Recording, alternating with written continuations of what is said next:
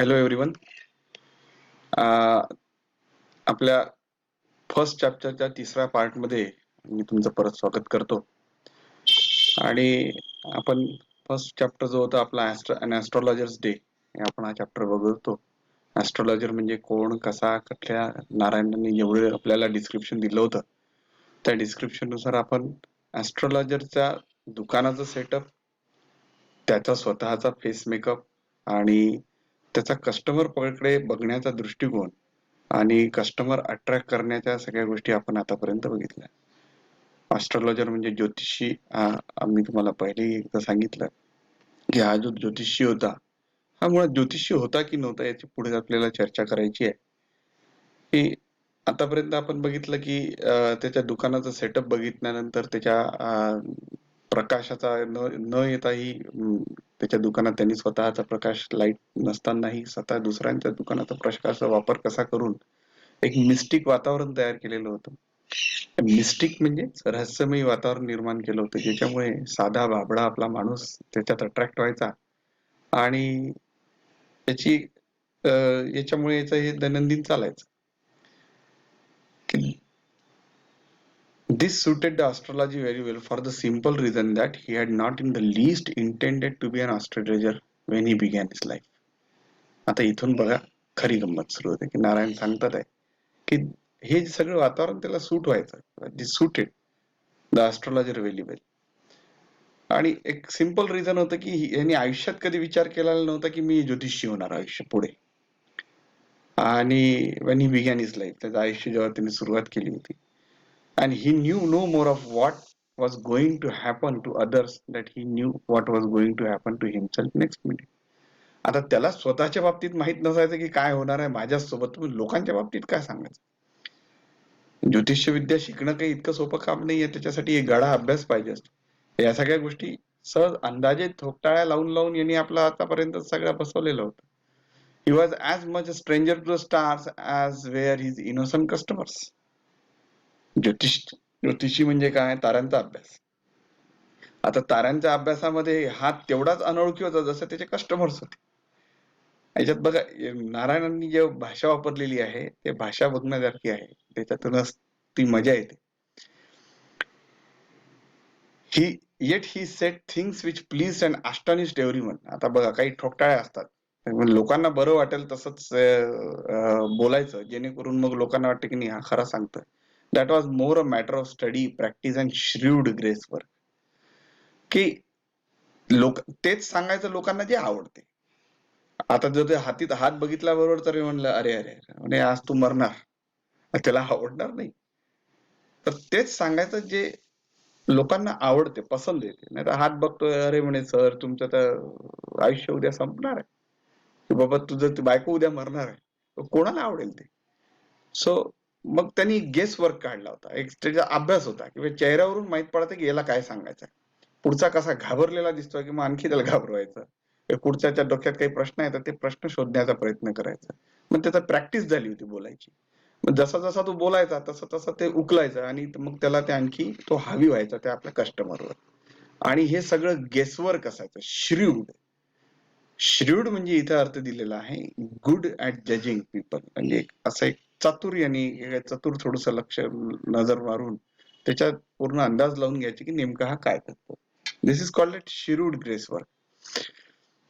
All the same it was much an honest man's labor and any other as any other, as he deserved the wages he carried out home at the end of a day. म्हणजे तो जर त्याच्या घरी असता, त्याच्या गावी असता, तर त्यांनी ते जेवढी मेहनत केली असती ती सगळी मेहनत इथे लागते. फक्त इथे डोक्याचं काम जास्त आहे, शरीराचं काम कमी. पण डोक्याचं काम करत असताना ते तुम्हाला मी सांगितलं की ठोकटाळ तुमचं, तू इथून पश्चिमेकडे चालला जा तर तुला अमुक अमुक गोष्ट सापडून जाईल, नाही मिळाली तर काहीतरी चूक झालेली असावी. मग तुम्हाला आयुष्यात तुम्ही खूप मेहनत करता परंतु तुमचं नशीब तुम्हाला साथ देत नाही. म्हणजे अशा ज्या गोष्टी ठोकटाळ्या सांगितल्या की पुढच्याला बरं वाटते की नाही खरं ह्या बरोबर बोलून राहिला, मग किती मेहनत केली आयुष्यात पण खरंच आपल्या नशिबाने आपल्याला साथ दिली नाही. म्हणजे मग महाराज काय करायचं, तर म्हणे अमुक अमुक पूजा कर किंवा अमुक अमुक गोष्ट कर, याच्यासाठी इतका इतका खर्च लागतो आणि मग तुला तुझं नशीब साथ देईल. तुझ्यावर शनी बसलाय किंवा हे बसलाय ते बसलाय असं जर आपण 2-3 गोष्टी तो जर सांगतोय तर पुढचा त्याला विश्वास ठेवतोय आणि त्या विश्वासाच्या भरोश्यावर यांनी आपला सगळा धंदा चालवलेला होता. ही हॅड लेफ्ट हिज विलेज. आता ते मागे जायचं आहे आपल्याला थोडस किंवा हा नेमका शहरात आला कसा गावाकडनं. He had left his village without any previous thought और प्लान. कुठल्याच प्रकारचा प्लान नव्हता, काहीच विचार नव्हता. If he had continued there he would have carried out the work of his forefathers. त्याच्या आजोबाजी पंजोबांनी चालवलं जे काही काम होतं तेच काम त्यांनी केलं असतं, namely tilling the land, living, marrying, reaping in his cornfield and ancestral home. सगळ्यात जास्त जमिनीची मशागत करणे, जमिनीत पेरणं करणे, जमिनीतलं ते उगवणे, लग्न करणे आणि मग ते जमिनीतलं ते सगळं हे करणे ते करणं, सगळं जे नित्यनियम सगळ्या लोकांना खेड्यात लागू आहे ते सगळं लागू असतं. यांनी ते सगळं सुखात होईना केलं असतं. पण काय झालं असं की बा तो गाव सोडून येतात. But that was not to be. म्हणजे हे त्याच्या नशिबात नव्हतं म्हणे कदाचित. त्याला हे सोडून यायला लागलं. He had to leave home without telling anyone and he could not rest till he left it behind a couple of 100 miles. त्याला त्याचं गाव सोडावं लागलं कोणाला न सांगता. पटकन निघावं लागलं कोणाला न सांगता. आणि असं सोडावं लागलं की जवळपास 100-125 किलोमीटर दूर येईपर्यंत त्याला मागं सुद्धा वळून पाहता आलं नाही. To a villager it is a great deal as if an ocean flowed between. एखाद्या ज्याने आपला जन्म खेड्यात घालवलेला आहे त्याला आपलं गाव सोडणं कसं असतं अवघड असतं. हे गाव सोडून देणं आणि गावातून एकदम शहरात येऊन वसणं आणि शहरात आपलं एक जग निर्माण करणं फार अवघड असतं. कारण की त्याचं गावच त्याचं एक जग असतं आणि त्या जगातून बाहेर निघणे हे त्याच्यासाठी फार अवघड होतं. He had a working analysis of Mankind troubles. हे चतुर होता. त्याच्या जो वर्किंग अनालिसिस होता की काय करता येतं, कसं करता येईल, काय करतो आपण ते लोकांपासून पैसा कमवायचा. पैसा कमवणे ही कला आहे आपण जसं म्हणत असतो तसं. काय काय ट्रबल्स आहेत. Marriage, every marriage has trouble. Money, सगळ्यांना पैसा पाहिजे. And tangles of human ties. Tangles म्हणजे गुंता एकामेकांमध्ये. त्या गुंतागुंतीचा जो हा प्रश्न हा सगळा कसा सोडवायचा आणि हे सगळं सांगायचं कोणालाही. आपण जेव्हा म्हणत असतो की रे बाबा नाही तू आणखी मेहनत करायला पाहिजे होती, असं म्हटलं की राग येतो. पण तुझ्या मेहनतीला यश मिळत नाही असं सांगितलं की त्याला बरं वाटते. बोलण्याची कला, बोलता आलं पाहिजे आणि ते बोलत असताना त्याच्या मनातलं जिंकून घेणं, ते शितून घेणं, या सगळ्या गोष्टी आपल्याला आल्या पाहिजे. म्हणून हा ज्योतिषी झाला. Long practice of sharpeners is perceptions. Long practice म्हणजे सुरुवातीपासूनच त्याची ह्या सगळ्या गोष्टींची प्रॅक्टिस होती आणि त्याचे परसेप्शन शार्पन झाले होते. परसेप्शन म्हणजे मनात डोक्यात असणारे चित्र, इमेजेस त्याचे क्लिअर झालेले होते. कोणाला कसं बोलायचं. तर मी तुम्हाला जर गणपती परसेप्शनचा अर्थ जर तुम्हाला समजून सांगायचा असेल तर मी तुम्हाला गणपती म्हणतोय तर गणपती म्हटलं की एक सोंड असलेला असा एक देव ज्याच्या हाती वगैरे असं मोठं पोट असलं, हे तुमच्या डोक्यात एक परसेप्शन आहे, एक इमेज आहे, ती तयार होते. ती तयार ऑलरेडी आहे, ती लक्षात येते. आणि याचे सगळे सगळे शार्पन झालेले होते. आता हा नवीन शब्द असावा कदाचित तर तुम्ही याचा अर्थ शोधून काढणे, मी तुम्हाला अर्थ सांगितला तसा त्याचा वापर करणे. नंतर within 5 minutes he understood what was wrong. 5 मिनिटातच समजून जायचं की जर कोणता कस्टमर आलेला आहे की महाराज हात पाहावर, मग हा कमी बोलायचा आणि त्याला जास्त बोलायला लावायचा. तो जर जास्त बोलतोय म्हणजे तो आपल्या बाबतीत डिटेल सांगतोय आणि त्यांनी जी थोडी बहुत डिटेल दिलेली आहे याच्या त्या कौशल्यामुळे तो त्या थोड्या डिटेलच खूप मोठं करायचा. आणि ही चार्ज 3 पै per question, never opened his mouth till the other had spoken for at least 10 minutes. एकेका प्रश्नाचे 3 पै चार्जेस लागायचे. पै म्हणजे काय तर पैशाचा तिसरा भाग त्याला पै म्हणतात. पहिले पैशापेक्षाही छोटा भाग असायचा. म्हणजे आणा म्हणत असतो आपण तर एक आणा म्हणजे 4 आणे म्हणजे 25 पैसे. परंतु आता आण्यापेक्षाही पैशापेक्षाही छोटा भाग म्हणजे पै. तर ही चार्ज 3 पैस पर क्वेश्चन आणि नेवर ओपन हिज माउथ. कधीच त्याचं तोंड उघडलेलं नाही. तेव्हा जोपर्यंत पुढचा 10 मिनिटं तो पुढचा बोलत नाही तोपर्यंत. म्हणजे तो बोलत राहिला म्हणजे याला ही which provided him enough stuff मिळत आहे.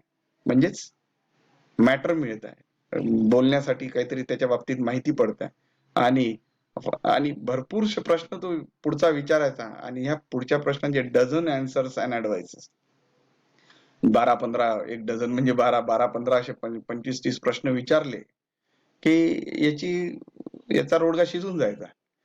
When he told the person before him, gazing at his palm, in many ways, you are not getting the fullest results of your efforts. 9 of 10 were disposed to agree with him. असा त्याचा एक तो palm असा बघायचा आणि तो बघितल्यानंतर त्याच्या एकदम मोठे डोळे वगैरे करून बघायचं आणि मग म्हणायचं की दादा, तू एवढी मेहनत करून आलेला आहे, परंतु तुझ्या त्या मेहनतीला काही किंमत नाही आहे आणि तुझ्या त्या मेहनतीची काही चीज होऊन राहिलेली नाहीये. मग असं जर आपण म्हटलं तर 10 पैकी 9 माणसांना नक्की वाटायचं की नाही, महाराज खरे बोलून राहिले, महाराजांना आपला इतिहास माहिती. Or he questioned, is there any woman in your family, maybe your distant relative, who is not well disposed towards you? म्हणे अशी कुठली एखादी बाई आहे तुमच्या परिवारामध्ये की तुमच्या परिवाराकडे तिची दृष्टी आहे किंवा काही असा प्रॉब्लेम आहे. Or he gave an analysis of character. Most of your troubles are due to your nature. आता येईल तर तोडच नाही. कस्टमर कशी हे करायचे, त्यांनी हे खूप अट्रॅक्ट करायचे हे सांगितलं आहे. म्हणे जे काही होऊन राहिलेलं आहे हे सगळं तुमच्या नेचरमुळे आहे. How can you be otherwise with Saturn where he is. म्हणजे तुम्ही ह्या अशा ग्रहांवर सॅटर्न आहे की याच्यासोबत तुम्ही कसं काय राहू शकता, म्हणजे तुमचा स्वभाव आहे. You are an impetuous nature and a rough exterior. म्हणजे तुम्ही आतून जरा हळवे आहे, तुमच्या मनात एक जे आहे ते आहे, परंतु तुम्ही बाहेरून जरी दिसता तुम्ही नारळासारखे आहे. बाहेरून कठोर आहे आणि आतून एकदम मऊ आहे. This endeared him to their hearts immediately, for even the mildest of us loves to think that he has a forbidding exterior. आणि दिस एंडियड बघा, एंडियडचा परत अर्थ इथे दिलेला आहे की मेड लाइकेबल, म्हणजे की आवड वाढून जायची पुढच्याच्या बाबतीत, किंवा नाही महाराज बरोबर बोलून राहिले किंवा मी बा खरंच बाहेरून जरी इतका कठोर वापरून आतून तर नरमच आहो ना, पण लोक मला समजून घेत नाही, मी काय करावं. हा प्रत्येकाचा प्रॉब्लेम आहे आणि प्रत्येकाचा हा जो प्रॉब्लेम आहे हा या ज्योतिषाने खूप सुंदर प्रकारे अभ्यास केलेला आहे आणि तो तसा प्रकारे तो तुम्हाला सांगण्याचा प्रयत्न करतो. आणि the nuts vendor blew out his flares and rose to go home. आता इथनं जे पुढचं आहे हे आपण आणखी एका पार्टमध्ये, पुढच्या पार्टमध्ये बघू. इथपर्यंत एकदा परत वाचून घ्या आणि आता याच्यासोबत जे खरी घटना घडून राहिलेली आहे त्या घटनेच्या बाबत आपण पुढच्या चॅप्टरमध्ये, पुढच्या लेक्चरमध्ये आणखी चर्चा करू. तोपर्यंत नेक्स्ट लेक्चरची वाचण्यासाठी पुढचं वाचून तयार ठेवा. धन्यवाद.